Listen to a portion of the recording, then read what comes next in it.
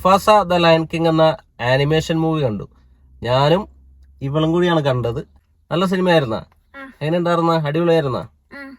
IMAX തിയേറ്ററിലാണ് cinema കണ്ടത്. അടിപൊളിയായിരുന്നു തിയേറ്ററിലെ cinema. നല്ല വലിപ്പുണ്ടായിരുന്നു കാണാനായിട്ട് അല്ലേ. ഭയങ്കര ബിഗ് ആയിരുന്നു. ലയൺ കിങ് എന്ന സിനിമയുടെ സെക്കൻഡ് പാർട്ടാണ്. സെക്കൻഡ് പാർട്ട് എന്ന് പറഞ്ഞത് പ്രീക്വലാണ് ശരിക്കും. ലയൺ കിങ്ങില് സിംബയുടെ കഥയായിരുന്നു. അതിൽ മുഫാസ മരിക്കും, എന്നിട്ട് സിംബ രാജാവാവുന്ന കഥയായിരുന്നു.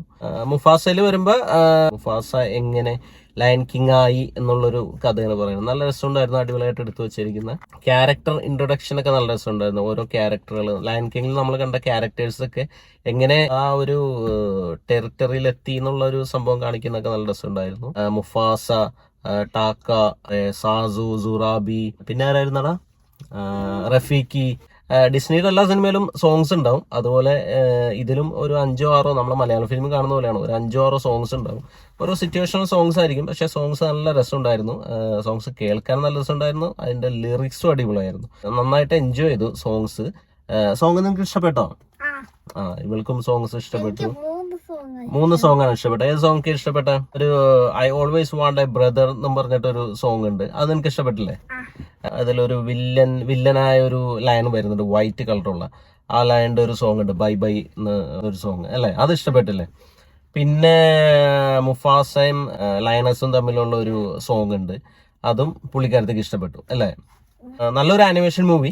ശരിക്കും നമ്മൾ ഐമാക്സിലോ ഒക്കെ കണ്ടു കഴിഞ്ഞാൽ നമുക്ക് ശരിക്കും ഒരു വർത്താണ്. അപ്പോൾ പിള്ളേരൊക്കെ ഉള്ളവരാണെങ്കിൽ നിങ്ങൾ കുട്ടികളൊക്കെ കൂട്ടിയിട്ട് തിയേറ്ററിൽ തന്നെ പോയിട്ട് മുഫാസ ദ ലയൺ കിങ് കാണണം. ആനിമേഷൻ ഫിലിം എന്ന് പറയുന്നത് ശരിക്കും പിള്ളേർക്ക് വേണ്ടി മാത്രമുള്ള ഫിലിമല്ല, വലിയ ആൾക്കാർക്കും എൻജോയ് ചെയ്യാം.